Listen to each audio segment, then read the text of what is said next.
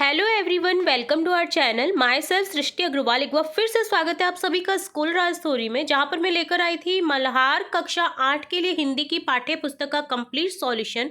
अब तक हम देख चुके हैं यहां पर अध्याय 5 तक के कंप्लीट क्वेश्चन आंसर्स, स्टार्टिंग से लेकर एंड तक के। यहां पर हम स्टार्ट करने जा रहे हैं चैप्टर 6 अध्याय 6 एक टोकरी भर मिट्टी कहानी के कंप्लीट क्वेश्चन आंसर्स। तो देखिए, ये पूरा चैप्टर है जिसके हम अब क्वेश्चन आंसर्स देखने जा रहे हैं। तो चलिए फटाफट से स्टार्ट करते हैं। सबसे पहले पार्ट है पार्ट से, जिसमें क्वेश्चन है मेरी समझ से निम्नलिखित प्रश्नों के उपयुक्त उत्तर के सम्मुख तारा बनाइए। कुछ प्रश्नों के एक से अधिक उत्तर भी हो सकते हैं।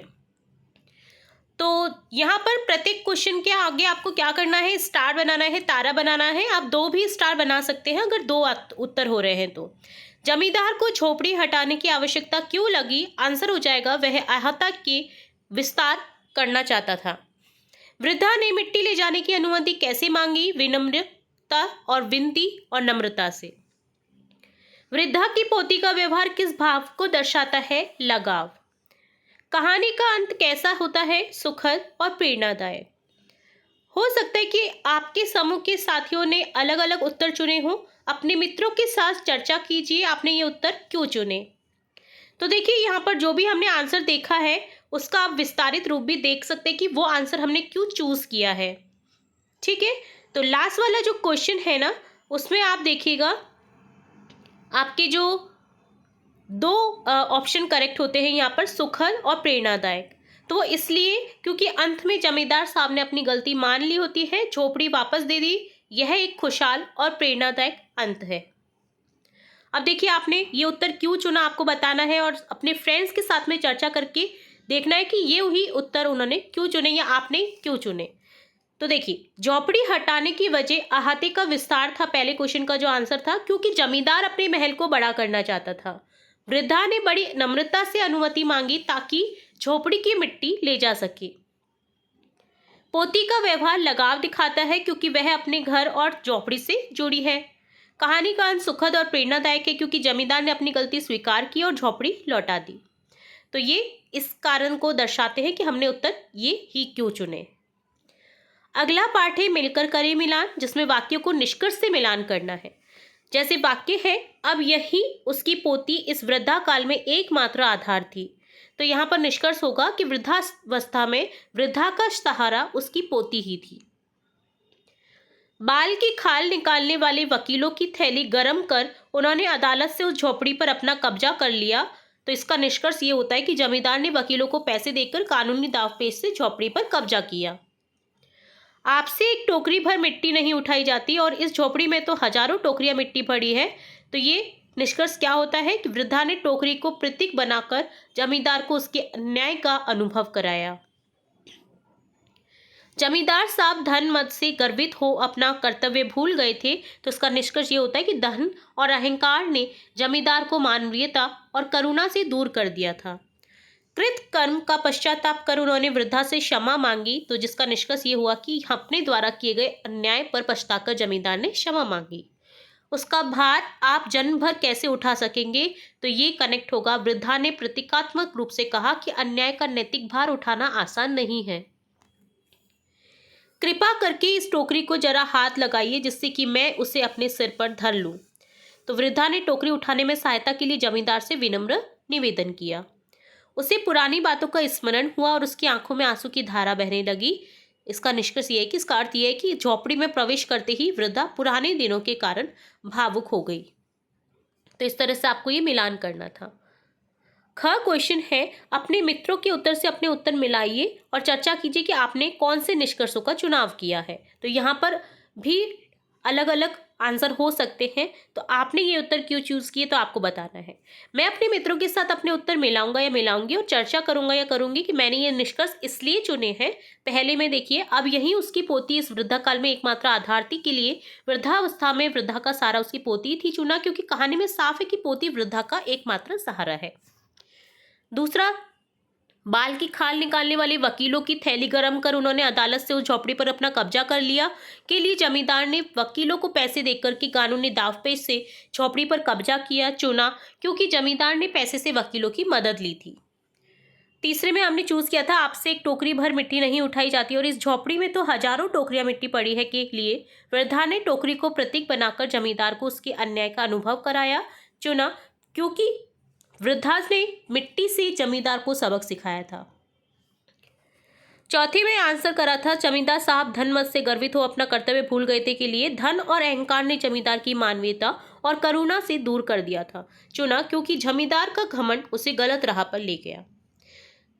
पांचवें में है था कृत कर्म का पश्चाताप कर उन्होंने वृद्धा से क्षमा मांगी के लिए अपने द्वारा किए गए अन्याय पर पश्चाताप करके जमींदार ने क्षमा मांगी चुना, क्योंकि जमींदार को अपनी गलती का एहसास हुआ। उसका भार आप जन्म भर कैसे उठा सकेंगे के लिए वृद्धा ने प्रतीकात्मक रूप से कहा कि अन्याय का नैतिक भार उठाना आसान नहीं है चुना, क्योंकि जमींदार को सोचने पर मजबूर करता है। कृपा करके इस टोकरी को जरा हाथ लगाइए जिससे कि मैं उसे अपने सिर पर धर लूं के लिए वृद्धा ने टोकरी उठाने में सहायता के लिए जमींदार से विनम्र निवेदन किया चुना, क्योंकि वृद्धा ने शांति से मदद मांगी थी। उसे पुरानी बातों का स्मरण हुआ और उसकी आंखों से आंसू की धारा बहने लगी के लिए झोपड़ी में प्रवेश करते ही वृद्धा पुराने दिनों के कारण भावुक हो गई चुना, क्योंकि वृद्धा की यादें जो है उस झोपड़ी में आने से उसे रोने पर मजबूर कर देती हैं। मैं अपने मित्रों से पूछूंगा या पूछूंगी कि उन्होंने क्या चुना और क्यों। अगर उनका जवाब अलग है तो हम एक साथ सोचेंगे कि कौन सा निष्कर्ष कहानी से ज्यादा मेल खाता है। अगला पाठ है पंक्तियों पर चर्चा, जिसमें पाठ से चुनकर कुछ पंक्तियां नीचे दी गई हैं। इन्हें ध्यानपूर्वक पढ़ करके इन पर विचार कीजिए। आपको इनका क्या अर्थ समझ में आया, अपने विचार अपने समूह में साझा कीजिए और लिखिए। तो क है आपसे एक टोकरी भर मिट्टी नहीं उठाई जाती और इस झोपड़ी में तो हजारों टोकरियां मिट्टी पड़ी है, उसका भार आप जन्म भर कैसे उठा सकेंगे का आंसर हो जाएगा कि इन पंक्तियों से ये हमें समझ आता है कि वृद्धा जमींदार को अप्रत्यक्ष रूप से ये समझाना चाहती थी कि इतने बड़े अन्याय का नैतिक भार उठाना आसान नहीं होता है। जमींदार ने उसे झोपड़ी से बाहर निकालकर नैतिकता के विरुद्ध कार्य किया है। ख क्वेश्चन है जमींदार साहब पहले तो बहुत नाराज हुए, पर जब बार बार हाथ जोड़ने लगी और पैरों पर गिरने लगी तो उनके भी मन में कुछ दया आ गई। किसी नौकर से न कहकर आप ही स्वयं टोकरी उठाने को आगे बढ़े। जो ही टोकरी को हाथ लगाकर ऊपर उठाने लगे तो ही देखा कि ये काम उनकी शक्ति के बाहर है। तो इस पंक्तियों का आशय ये कि इन पंक्तियों का हमें अर्थ ये समझ में आता है कि टोकरी भर मिट्टी का जो भार था सो तो था ही, किंतु उससे कहीं ज्यादा जमींदार के हृदय में ये बात थी कि वृद्धा के साथ नैतिकता के आधार पर अन्याय कर रहा है। यही सोचकर उसने जो टोकरी उठाई थी एक हाथ ऊंची भी नहीं उठा गई। अगला पाठ है सोच विचार के लिए, जिसमें क्वेश्चन है पाठ को पुनः ध्यान से आपको एक बार पढ़ना है, पता लगाना है और लिखना है कि आपके विचार से कहानी का सबसे प्रभावशाली पात्र कौन है और क्यों।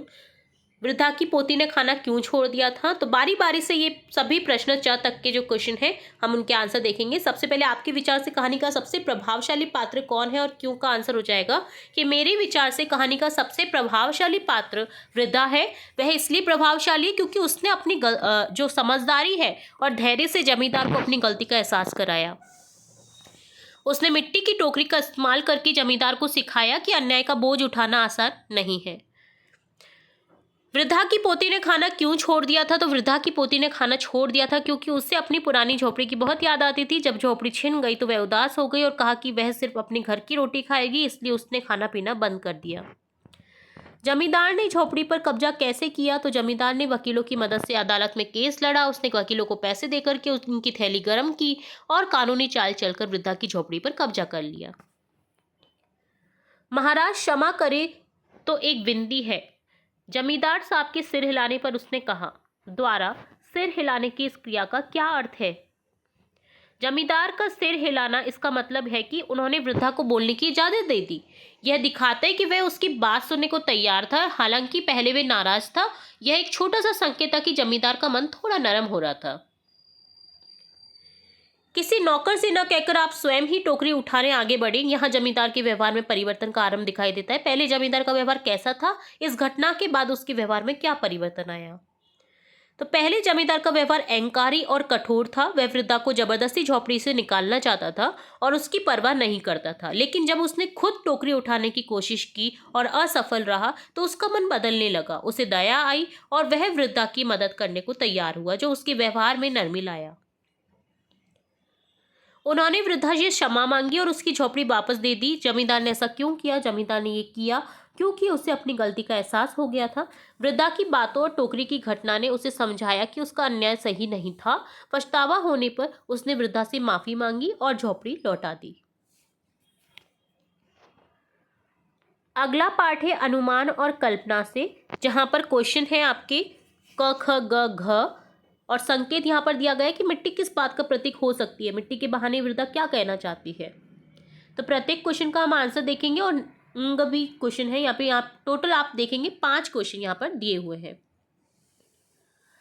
ठीक है, तो घ में एक संकेत भी दिया गया है। इस चीज का ध्यान रखते हुए हम प्रत्येक क्वेश्चन का आंसर देखेंगे। तो सबसे पहले क क्वेश्चन है, यदि वृद्धा की पोती जमींदार से स्वयं बात करती तो वह क्या कहती। अगर वृद्धा की पोती जमींदार से बात करती तो शायद वह कहती, महाराज मेरी दादी की झोपड़ी हमारा घर है, वहां मेरे माता पिता की यादें हैं, कृपया हमें वहां रहने दे वरना मैं और मेरी दादी दुखी रहेंगी। वह अपनी उदासी और प्यार से जमींदार का मन बदलने की कोशिश करती। यदि आप जमींदार की जगह होते तो क्या करते। अगर मैं जमींदार होता या होती तो मैं वृद्धा से प्यार से बात करता या करती, मैं उसकी झोपड़ी नहीं लेता ना लेती और उसे वहीं रहने देता या देती। अगर मुझे जगह चाहिए होती तो मैं कहीं और बनवाता ताकि वृद्धा और उसकी पोती को दुख ना हो। जमींदार को टोकरी उठाने में सफलता क्यों नहीं मिली होगी। तो जमींदार को टोकरी नहीं इसलिए नहीं उठा पाया होगा क्योंकि वह बहुत भारी थी। शायद उसने पहले कभी इतना मेहनत का काम नहीं किया था और उसका अहंकार उसे कमजोर बना रहा था। यह भी हो सकता है कि मिट्टी का वजन उसकी ताकत से ज्यादा था। झोपड़ी में तो हजारों टोकरियां मिट्टी पड़ी है, यहाँ केवल मिट्टी की बात की जा रही है या कुछ और बात भी छिपी है। तो मिट्टी किस बात का प्रतीक हो सकती है, मिट्टी के बहाने वृद्धा क्या कहना चाहती है, वो आपको आंसर बताना है। तो यहाँ केवल मिट्टी की बात नहीं है बल्कि कुछ और भी छिपा है। मिट्टी वृद्धा की यादों, दुखों और झोपड़ी के महत्व का प्रतीक बनती है। वृद्धा कहना चाहती है कि जमींदार ने उसका घर छीना जो उसके लिए बहुत कीमती था और उसका बोझ जमींदार कभी नहीं उठा सकता। यह कहानी आज से लगभग 125 साल पहले लिखी गई थी। इस कहानी के आधार पर बताइए कि भारत में स्त्रियों को किन किन चुनौतियों का सामना करना पड़ता होगा। तो उस समय भारत में स्त्रियों को कई चुनौतियों का सामना करना पड़ता था। विधवा होने पर सहारा न मिलना, लोग अकेला छोड़ देते थे, संपत्ति पर अधिकार न होना, स्त्रियों का कोई संपत्ति पर अधिकार नहीं होता था उस टाइम, आर्थिक रूप से निर्भर रहना पड़ता था, समाज में उनकी भावनाओं की अनदेखी होती थी, अकेले बच्चों का पालन पोषण करना कठिन होता था। अगला पार्ट है बदली कहानी। कल्पना कीजिए कि कहानी कैसे आगे बढ़ती। यदि जमींदार टोकरी उठाने से मना कर देता, यदि जमींदार टोकरी उठा लेता, यदि जमींदार मिट्टी देने से मना कर देता, यदि जमींदार एक स्त्री होती, यदि पोती जमींदार से अपनी झोपड़ी वापस मांगती। तो अपने समूह के साथ इनमें से किसी एक स्थिति को चुन करके चर्चा कीजिए, इस बदलती हुई कहानी को मिलकर के लिखिए। तो यदि जमींदार टोकरी उठाने से मना करता तो इस कहानी इस तरह से बढ़ती। हम सभी के आंसर देखेंगे कि अगर ऐसा होता तो आपको एक चूज करना है इनमें से। अगर जमींदार टोकरी उठाने से मना कर देता तो वह गुस्से में वृद्धा को वहां से भगा देता। वृद्धा उदास होकर चली जाती और अपनी पोती को मिट्टी नहीं दे पाती। पोती और दुखी होकर के बीमार पड़ जाती। शायद पड़ोस के लोग जमींदार की बुराई करते और उसे दबाव में झोपड़ी वापस देनी पड़ती। यदि जमींदार टोकरी उठा लेता तो क्या होता। तो वह अपनी ताकत दिखाने के लिए खुश होता, लेकिन वृद्धा कहती कि अगर एक टोकरी का बोझ इतना भारी है तो झोपड़ी का भार कैसे संभालेगा। जमींदार शर्मिंदा होता और सोचता कि उसने गलत किया है। अंत में वह वृद्धा से माफी मांग करके झोपड़ी लौटा देता। यदि जमींदार मिट्टी देने से मना कर देता तो अगर जमींदार मिट्टी देने से मना कर देता तो वृद्धा रोती हुई चली जाती। पोती का हाल और बिगड़ता, वह बीमार पड़ जाती। वृद्धा को पड़ोसियों से मदद मांगनी पड़ती। शायद लोग जमींदार के खिलाफ शिकायत करते और उसे मजबूरी से मिट्टी देनी पड़ती। यदि जमींदार एक स्त्री होती तो अगर स्त्री होती जमींदार तो शायद वह वृद्धा की दुख भरी बातें सुनकर के जल्दी दया दिखाती। वह टोकरी उठाने की कोशिश करती और असफल होने पर वृद्धा की मदद करती।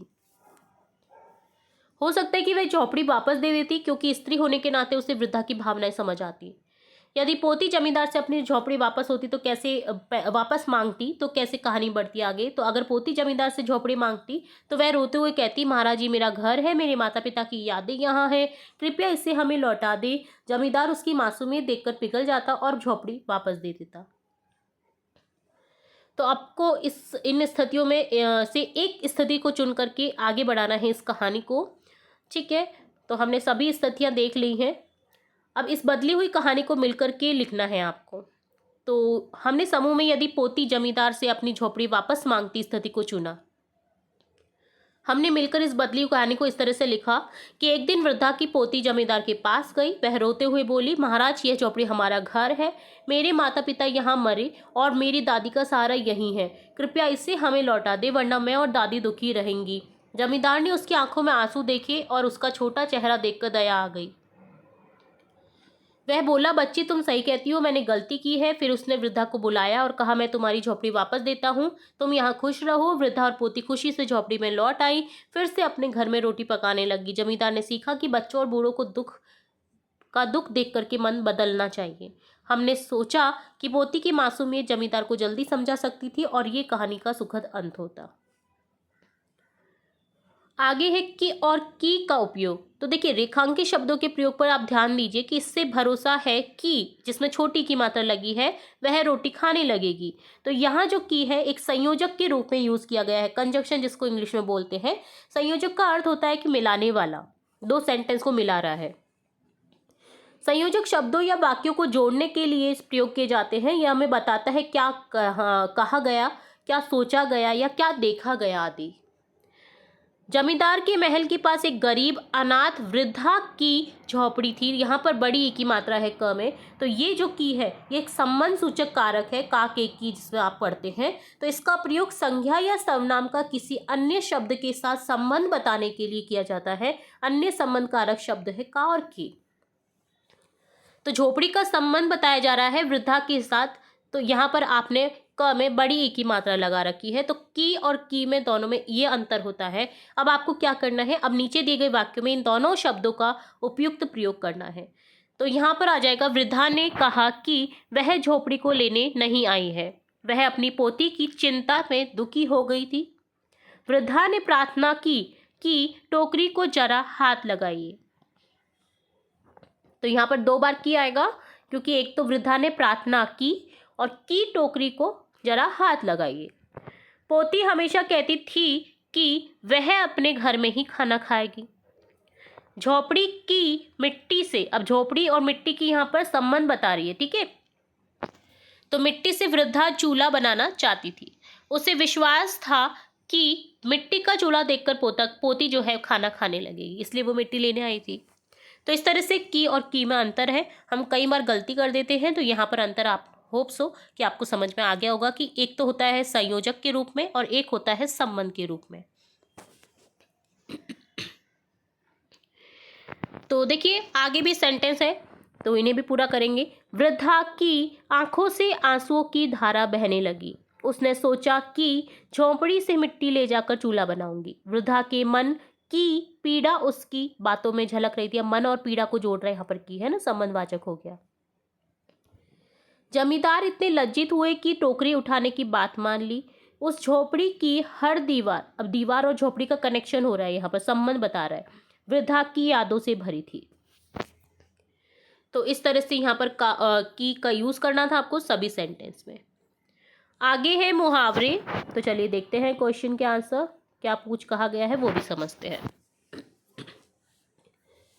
बाल की खाल निकालने वाले वकीलों की थैली गरम कर उन्होंने अदालत से झोपड़ी पर अपना कब्जा कर लिया। तो इस वाक्य में मुहावरों की पहचान कर उन्हें रेखांकित कीजिए।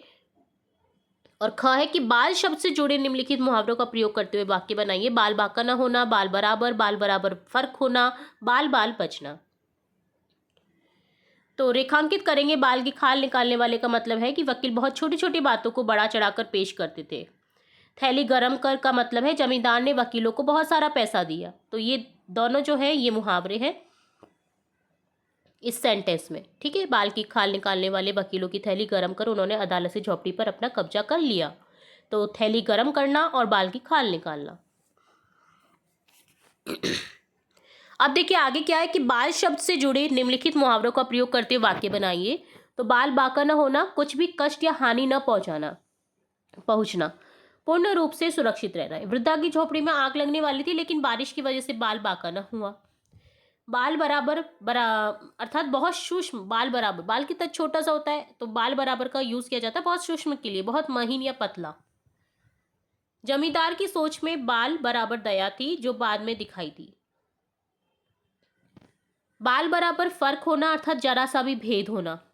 सूक्ष्मतम अंतर होना। वृद्धा और जमींदार की सोच में बाल बराबर फर्क था, लेकिन दोनों का दुख एक जैसा था। बाल बाल बचना अर्थात कोई विपत्ति आने या हानि पहुंचने में बहुत थोड़ी कमी रह जाना। जमींदार की गलती से वृद्धा को झोपड़ी खोने से बाल बाल बचा, वृद्धा को झोपड़ी खोने से बाल बाल बचा लिया, है ना। आगे है, अब देखिए ये तो थे मुहावरे, अब देखेंगे काल। तो यहाँ पर वाक्यों को ध्यानपूर्वक पढ़ना है। इस झोपड़ी में से एक टोकरी भर मिट्टी लेकर उसी का चूल्हा बनाकर रोटी पकाऊंगी। इस झोपड़ी में से एक टोकरी भरकर मिट्टी लेकर उसी का चूल्हा बनाकर रोटी पकाई। इस झोपड़ी में से एक टोकरी भरकर मिट्टी लेकर उसी का चूल्हा बनाकर रोटी पका रही हूँ। यहाँ रेखांकित शब्द से पता चल रहा है कि कार्य होने का समय या काल क्या है। क्रिया के जिस रूप से पता चले कि कोई कार्य कब हुआ है या हो रहा है या होने वाला है तो उसे काल कहते हैं। काल के 3 भेद होते हैं। भूतकाल वह बताता है कि जो कार्य पहले ही हो चुका है, जैसे पकाई, पकाई थी, आगे जब बढ़ेंगे तो इस तरह से हो जाएगा क्योंकि वो पका चुकी है रोटी। वर्तमान काल में होता है, ये बताता है कि कार्य अभी हो रहा है, सामान्य रूप से होता रहता है, तो पका रही हूँ वर्तमान काल का सेंटेंस है। भविष्य काल में बताता है कि कार्य आने वाले समय या भविष्य में होगा, पकाऊंगी जिसमें गागेगी आता है, जिसमें वो अभी पकाएगी, तो यहाँ पर ये भविष्य काल है। अब क्या करना है आपको कि नीचे दिए गए वाक्यों को वर्तमान और भविष्य में बदलना है। तो देखिए प्रत्येक सेंटेंस को हम बदलेंगे। वह गिड़गिड़ाकर बोली, वर्तमान काल में हो जाएगा वह गिड़गिड़ाकर बोल रही थी, क्योंकि ये पास्ट टेंस का सेंटेंस है भूतकाल का। इसका वर्तमान काल हो जाएगा बोल रही है, भविष्य काल हो जाएगा वह गिड़गिड़ाकर बोलेगी। श्रीमान ने आज्ञा दे दी थी, वर्तमान काल होगा श्रीमान आज्ञा दे रहे हैं, क्योंकि श्रीमान ने आज्ञा दे दी को आगे बढ़ाएंगे तो थी आएगा, है ना। तो भविष्य काल में हो जाएगा श्रीमान आज्ञा देंगी। उसकी आंखों से आंसू की धारा बहने लगी, वर्तमान काल हो जाएगा उसकी आंखों से आंसू की धारा बह रही है, भविष्य हो जाएगा उसकी आंखों से आंसू की धारा बहेगी। जमींदार साहब को अपने महल का अहाता उस झोपड़ी तक बढ़ाने की इच्छा हुई, तो वर्तमान काल हो जाएगा जमींदार साहब को अपने महल का अहाता उस झोपड़ी तक बढ़ाने की इच्छा हो रही है। भविष्य काल में हो जाएगा जमींदार साहब को अपने महल का अहाता उस झोपड़ी तक बढ़ाने की इच्छा होगी। उन्होंने वृद्धा से क्षमा मांगी और उसकी झोपड़ी वापस दे दी, वर्तमान काल में हो जाएगा वे वृद्धा से क्षमा मांग रहे हैं और उसकी झोपड़ी वापस दे रहे हैं। भविष्य काल में हो जाएगा कि वे वृद्धा से क्षमा मांगेंगे और उसकी झोपड़ी वापस दे देंगे। तो ये काल से रिलेटेड क्वेश्चन थे जिन्हें हम इंग्लिश में बोलते हैं टेंसेस। आगे बात करेंगे वचन की, वचन की पहचान। तो यहाँ पर देखिए आप पढ़ेंगे तो उनके मन में कुछ दया आ गई, और यहाँ पर है उनकी आंखें खुल गई। यहाँ पर गई में देखिए आप ई के ऊपर कोई बिंदु नहीं है, जबकि सेकंड वाला जो वाक्य है, दूसरा वाक्य, इसमें ई के ऊपर बिंदु नजर आ रहा है। तो ऊपर दिए गए रेखांकित शब्दों में क्या अंतर है और क्यों, आपस में चर्चा करके आपको पता लगाना है। आपने ध्यान दिया होगा कि शब्द में एक अनुस्वार भर के अंतर से उसके अर्थ में अंतर आ जाता है। तो यहाँ पर देखिए अनुस्वार से वो बहुवचन हो गया और अनुस्वार नहीं है तो वो एक वचन है। तो यहाँ पर आपको इसी तरह से लिखना है, जहाँ पर आपको लग रहा है कि एक वचन आएगा तो आपको बिंदी नहीं लगानी, अनुस्वार नहीं लगाना है, और जहाँ पर आपको लग रहा है कि बहुवचन आएगा तो वहाँ पर अनुस्वार वाला शब्द आएगा।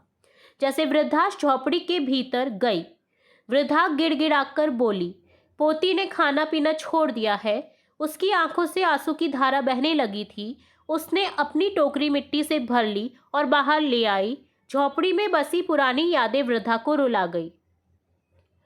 पाठक देख सकते हैं कि कैसे छोटी सी टोकरी ने बड़े बदलाव ला दिए हैं। अब यहाँ पर बहुवचन वाला सेंटेंस है ये, तो यहाँ पर बहुवचन में आ जाएगा, है के ऊपर अनुस्वार आ जाएगा। ठीक है, तो बोलने में ही आपको डिफरेंस पता चलेगा। तो ये इस तरह से एकवचन और बहुवचन की पहचान होती है। आगे है कहानी की रचना। यह सुनकर वृद्धा ने कहा, महाराज नाराज न हो तो डैश डैश डैश। इस पंक्ति में लेखक ने जानबूझकर वृद्धा की कही हुई बात को अधूरा छोड़ दिया है। बात को अधूरा छोड़ने के लिए डैश डैश डैश का उपयोग किया गया है, डॉट डॉट डॉट। इस प्रकार के वाक्यों और प्रयोग से कहानी का प्रभाव और बढ़ जाता है कि आगे क्या कहा होगा। अनेक बार कहानी में नाटकीयता लाने के लिए इस प्रकार के प्रयोग किए जाते हैं। तो आपको इस कहानी में ऐसी अनेक विशेषताएं दिखाई देंगी, उन्हें अपने समूह के साथ में मिलकर ढूंढिए और उनकी सूची बनाइए और इस कहानी की कुछ विशेषताओं को नीचे जो लिखा गया है उदाहरण कहानी से चुन करके आपको लिखना है। तो पहले हम क क्वेश्चन का आंसर देखेंगे, देन ख देखेंगे।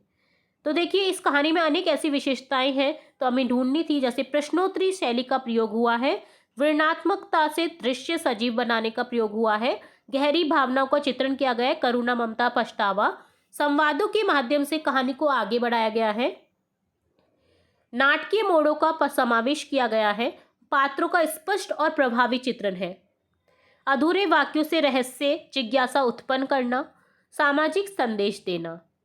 इस कहानी की कुछ विशेषताओं को नीचे दिया गया है तो इनके उदाहरण कहानी में से आपको चूज करने हैं, यानी चुन करके लिखने हैं। तो उत्तर इस तरह से हो जाएगा कि प्रश्नोत्तरी शैली, कहानी में ऐसे प्रश्न हैं जो पाठक को सोचने पर विवश कर देते हैं। तो ये है, उसका भार आप जन्म भर कैसे उठा सकेंगे, प्रश्नवाचक चिन्ह। यह प्रश्न जमींदार को सोचने पर मजबूर करता है। वर्णनात्मकता, लेखक ने जगहों और भावनाओं का ऐसा चित्र खींचा है कि पाठक दृश्य को देख सकता है। उसकी आंखों से आंसू की धारा बहने लगी। यह वृद्धा की भावनाओं को साफ दिखाता है। भावनात्मकता का दर्शन भी हुआ है कि कहानी में करुणा, पछतावा और प्रेम जैसे गहरे भाव दिखते हैं। कृत कर्म का पश्चाताप कर उन्होंने वृद्धा से क्षमा मांगी। यह जमींदार का पछतावा दिखाता है।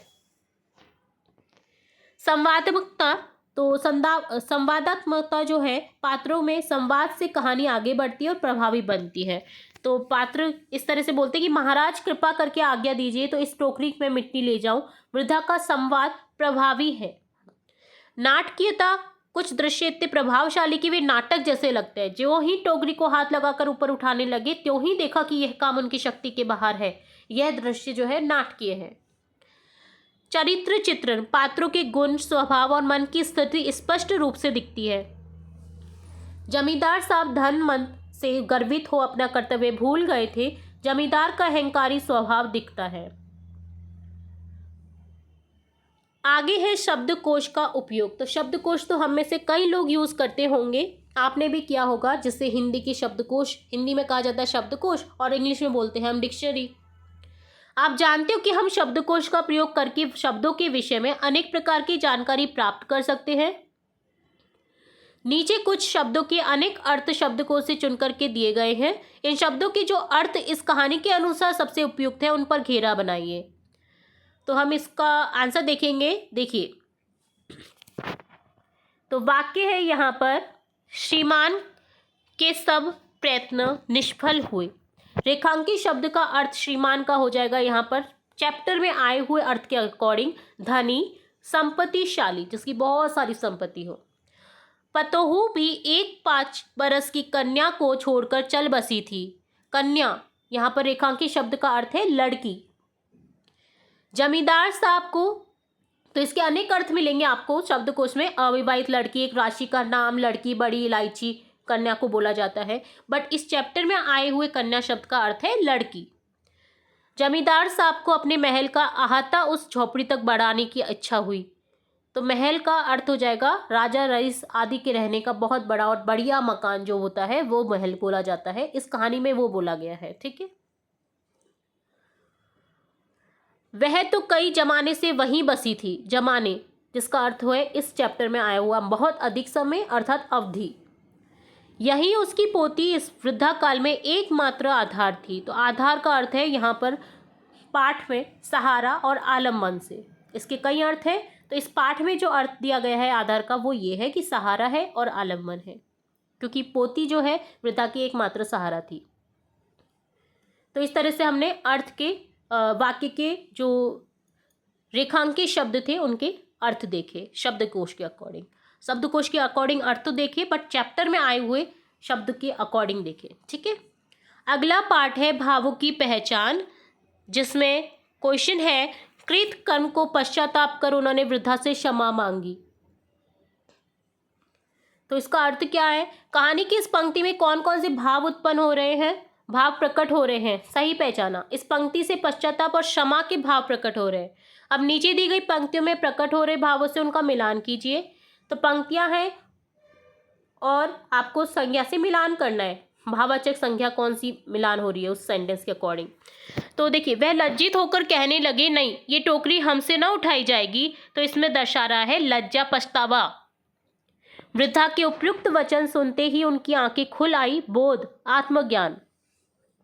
उनके मन में कुछ दया आई, इसका अर्थ होगा करुणा, दया। इससे भरोसा है कि वह रोटी खाने लगेगी। आस्था, विश्वास। महाराज क्षमा करे तो एक विनती है का अर्थ यहाँ पर है ममता, स्नेह, जो भाववाचक संज्ञा में है। अब यही उसकी पोती इस वृद्धा काल में एकमात्र आधार थी, से हो जाएगा जुड़ाव, मोह।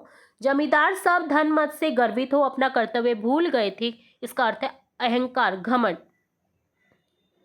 उस झोपड़ी में उसका मन कुछ ऐसा कुछ लग गया था कि बिना मरे वहां से वह निकलना ही नहीं चाहती थी। तो इसका अर्थ यह है कि दुख और पीड़ा। जब उसे अपनी पूर्वा स्थिति की याद आती है तो मारे दुख के फूट फूट कर रोने लगती है।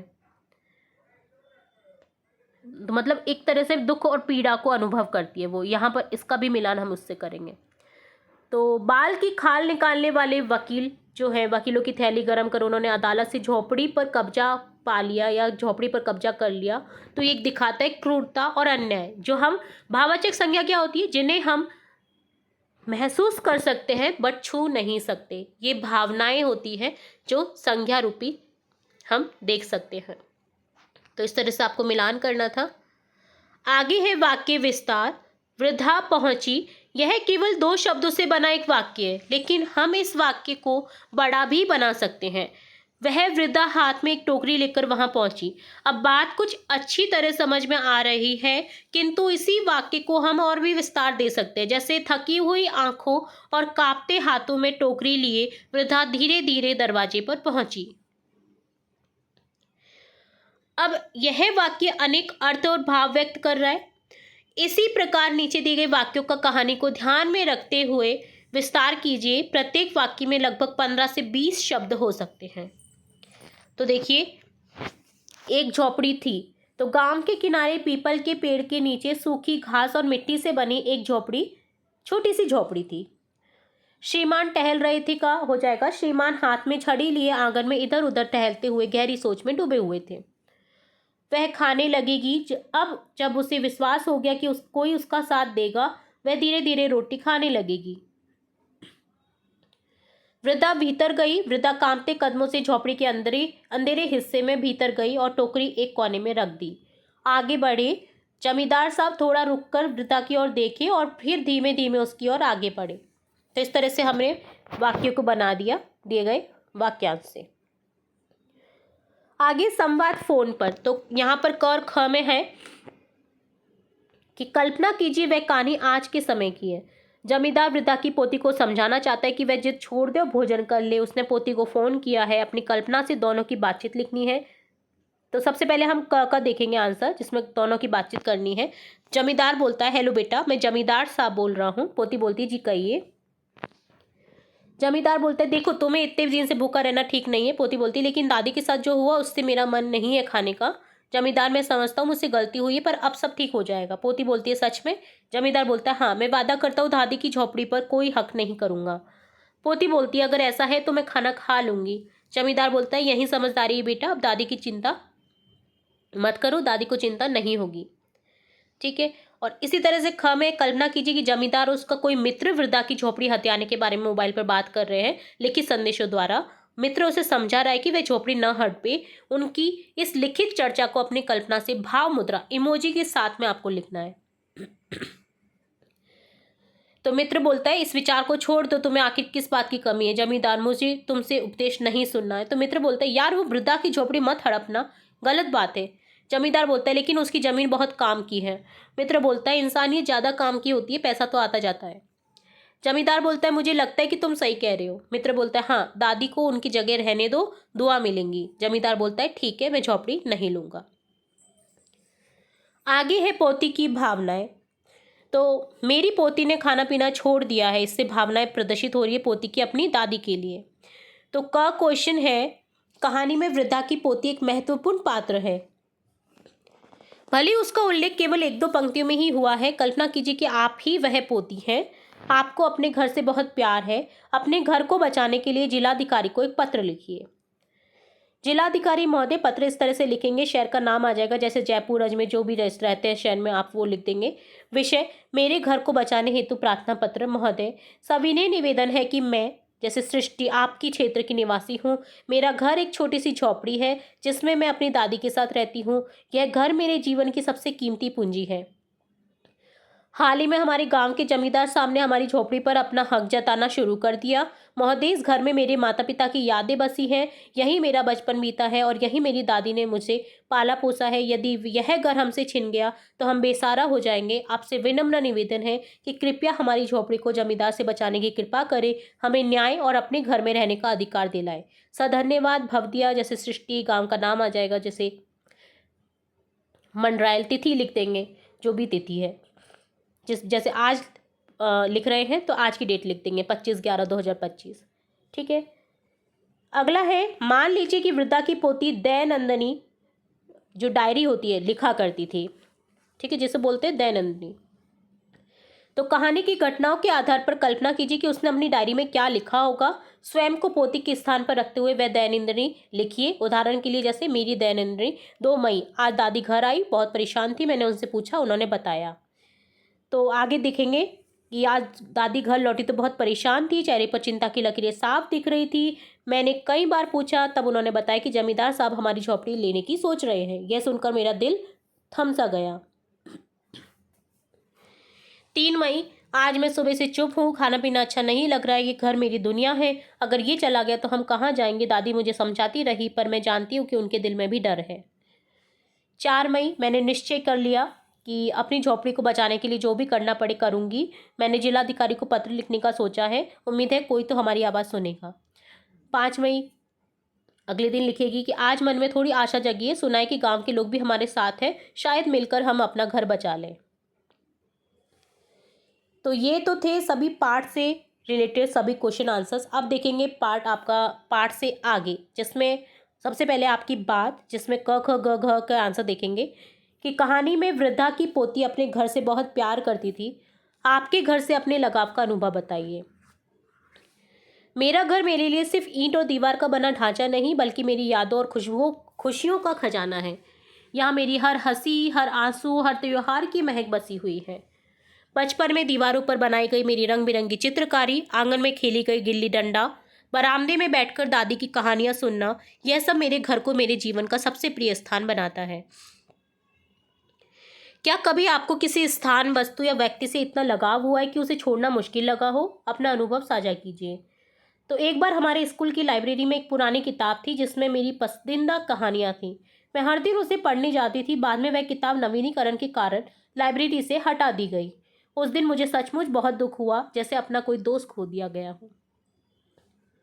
कहानी में जमींदार अपने किए पर पश्चाताप कर रहा था। क्या आपने कभी किसी को उनके किए पर पछताते हुए देखा है? इस घटना के बारे में बताइए और ये भी बताइए कि उस पश्चाताप का क्या परिणाम निकला। तो एक बार हमारे पड़ोस में एक अंकल ने गुस्से में आकर अपने दोस्त से बहुत बुरी बातें कह दी। बाद में जब गुस्सा शांत हुआ तो अपने शब्दों पर उन्हें पछतावा हुआ। वे तुरंत दोस्त के घर गए, माफ़ी मांगी, फिर से दोस्ती कायम हो गई। इस पश्चाताप का परिणाम ये निकला कि दोनों के रिश्ते पहले से भी और अधिक मजबूत हो गए। क्या कभी ऐसा हुआ है कि आपने कोई काम गुस्से या अहंकार में किया हो और बाद में पछताए हो? फिर आपने क्या किया? उस अनुभव से आपने क्या सीखा? एक बार मैंने अपनी छोटी बहन से गुस्से में उसका खिलौना छीन लिया और तोड़ दिया। बाद में जब वह रोने लगी तो मुझे पछतावा हुआ। मैंने अपनी बचत से उसे नया खिलौना खरीदा, उससे माफ़ी मांगी। उस दिन मैंने सीखा कि गुस्से में किया गया काम अक्सर हमें दुखी कर देता है, इसलिए किसी भी परिस्थिति में धैर्य रखना जरूरी है। आगे पाठ है न्याय और समता। कहानी में आपने पढ़ा कि जमींदार ने लालच के कारण एक स्त्री का घर छीन लिया है। तो यहाँ पर क्वेश्चन है, क्या आपने किसी के साथ ऐसा अन्याय देखा, पढ़ा या सुना है? तो उसके बारे में बताइए। का क्वेश्चन पहले देखेंगे हम।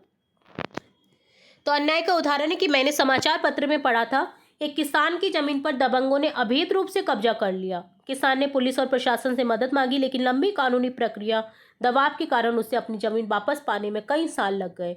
यह देखकर लगा कि लालच और शक्ति का गलत इस्तेमाल किसी की मेहनत और अधिकार को छीन सकता है। ख है, ऐसी स्थितियों से निपटने के लिए आप क्या क्या कर सकते हैं, आपके आसपास के लोग क्या क्या कर सकते हैं। तो ऐसी स्थितियों से निपटने के लिए मैं और मेरे आसपास के लोग ये कर सकते हैं कि पीड़ित व्यक्ति का साथ देकर उसे कानूनी सलाह और मदद दिलाना, इस मामले को मीडिया, सोशल मीडिया पर उठा करके लोगों का ध्यान दिलाना, सामूहिक रूप से प्रशासन, जनप्रतिनिधियों से मिलकर के न्याय की मांग करना, अपने अधिकारों, कानून की जानकारी रखना ताकि किसी के साथ अन्याय न हो सके। आगे है, सच्ची शक्ति दया और न्याय में है। तो इस कथन पर अपने विचार लिखिए। तो मेरे अनुसार असली ताकत वह है जो किसी को दबाने में नहीं बल्कि उसे सहारा देने में काम आए। दया से हम लोगों का विश्वास जीतते हैं, न्याय से उसका सम्मान। जो व्यक्ति या समाज दूसरों के साथ निष्पक्षता करुणा से व्यवहार करता है वही लंबे समय तक मजबूत सम्मानित बना रहता है। शक्ति का अर्थ सिर्फ बल या धन नहीं बल्कि इंसानियत और न्यायप्रियता है। आगे बात है घर घर की कहानी। क्या आपको अपने घर की कहानी पता है? उसे कब बनाया गया, कैसे बनाया गया, उसे बनाने के लिए कैसे कैसे प्रयास किए गए? चलिए अपने घर की कहानी की खोजबीन करते हैं। तो अपने घर के बड़े बूढ़ों से उनके बचपन के घरों के बारे में साक्षात्कार लीजिए। आज जिस घर में रह रहे हैं उसमें वे कब से रह रहे हैं, उसमें आने की जो पीछे की कहानी है वो क्या है, इसके बारे में बातचीत कीजिए और कक्षा में अपनी अपनी कहानियाँ शेयर कीजिए। तो मेरे घर की कहानी कुछ इस तरह से कि मैंने अपनी दादी से बात की। उनका बचपन का घर गांव में था। वह लकड़ी और ईंट से बना था, जो 1945 में बनाया गया था। दादाजी और दादी ने मिलकर घर बनाने में बहुत मेहनत की थी। उन्होंने अपने दोस्तों परिवार वालों से मदद ली थी। हमारा आज का घर जो है शहर में है। दादी यहाँ 1990 से रह रही हैं। दादाजी नौकरी के कारण शहर आए और घर बनाया। पहले वे किराए पर रहते थे, अब हम सब इस घर में खुश रहते हैं। कक्षा में मैंने ये कहानी सुनाई और सबकी कहानियां भी बहुत अच्छी थी। न्याय और करुणा से जुड़ी सहायता। तो बाल की खाल निकालने वाले वकीलों की थैली गर्म कर उन्होंने अदालत से झोपड़ी पर कब्जा कर लिया। कहानी के इस प्रसंग को ध्यान में रखते हुए नागरिक शिकायत प्रक्रिया के विषय में जानकारी प्राप्त कीजिए। इसके बारे में अपने घर और आसपास के लोगों को भी जागरूक कीजिए। तो उदाहरण के तौर पर जागरूक होने के लिए सार्वजनिक शिकायत सुविधा उपलब्ध है। भारत सरकार की इस वेबसाइट पर सभी भारतीय केंद्र और राज्य सरकार से किसी भी विभाग से जुड़ी शिकायत कर सकते हैं। इस वेबसाइट पर भारत की 22 भाषाओं में शिकायत दर्ज करवाई जा सकती है। वेबसाइट इस तरह से दे रखी है। जन सुनवाई, इसी तरह से सामाजिक सुरक्षा कल्याण योजनाएं। तो कहानी, एक टोकरी भर मिट्टी में जमींदार ने वकीलों को पैसे देकर के वृद्धा की झोपड़ी पर कब्जा कर लिया, ये बताया है कहानी में। तो ये एक अन्याय था। ऐसे अन्याय से बचने के लिए भारत में कई सरकारी सुविधाएं हैं जिनके बारे में जानना, दूसरों को बताना बहुत जरूरी है, जिसमें हम कर सकते कुछ तरीके आसान से। सार्वजनिक शिकायत सुविधा, अगर कोई सरकारी विभाग गलत करे जैसे जमीन पर कब्जा या अन्याय, तो आप वेबसाइट pgportal.government.in पर शिकायत कर सकते हैं या केंद्र या राज्य सरकार के खिलाफ शिकायत दर्ज करें। 22 भारतीय भाषाओं में शिकायत लिख सकते हैं। मोबाइल ऐप भी है, रजिस्टर करें, शिकायत डालें, ट्रैक करें। अगर कोई अफसर रिश्वत मांगे या जमीन का गलत कागज बनाए, यहाँ शिकायत करें। जन सुनवाई, जैसे उत्तर प्रदेश में जनसुनवाई.up.nic.in पर शिकायत दर्ज कर सकते हैं। मोबाइल OTP से रजिस्टर करें, शिकायत डालें, जैसे जमीन विवाद या सरकारी योजना में गड़बड़ी, स्थिति चेक करें, जवाब न मिलने पर रिमाइंडर भेजें। यह हिंदी में है और आसान है। सामाजिक सुरक्षा कल्याण योजना में गरीब, विधवा या अनाथ लोगों के लिए सरकार की योजनाएं हैं। ishram.government.in पर देखें। असंगठित कामगारों को पेंशन, बीमा और आर्थिक मदद मिलती है। आधार कार्ड और बैंक खाता देकर के रजिस्टर करें। उदाहरण के तौर पर वृद्धा जैसी महिलाओं को पेंशन और बच्चों को शिक्षा में मदद मिल सकती है।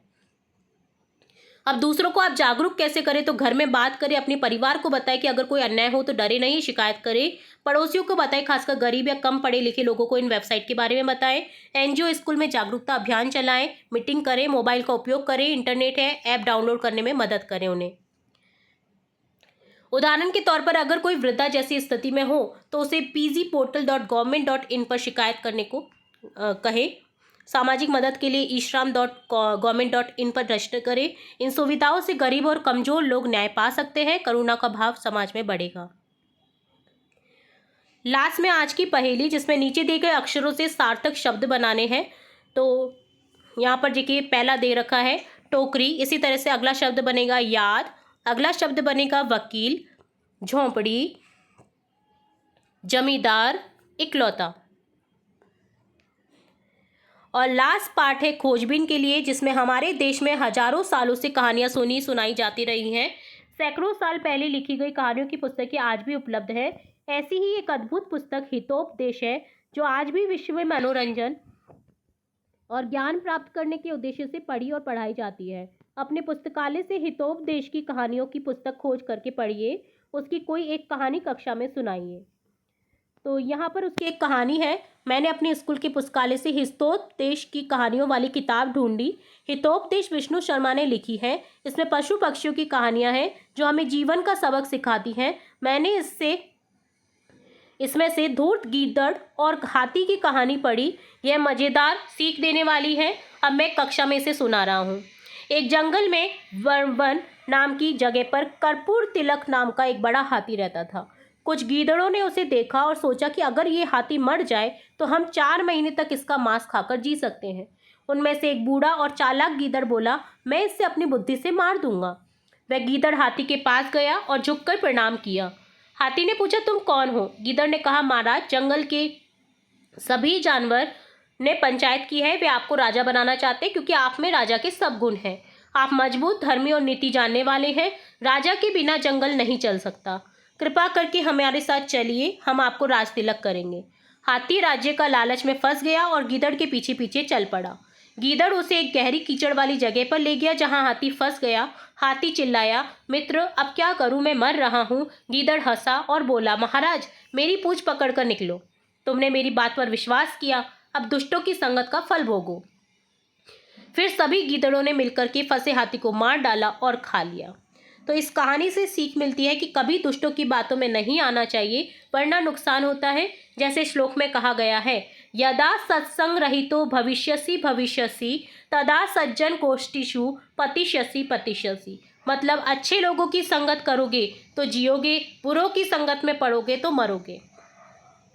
तो इस तरह से डन होता है ये कंप्लीट चैप्टर, जिसमें हमने स्टार्टिंग से लेकर एंड तक के सभी क्वेश्चन आंसर्स देखे।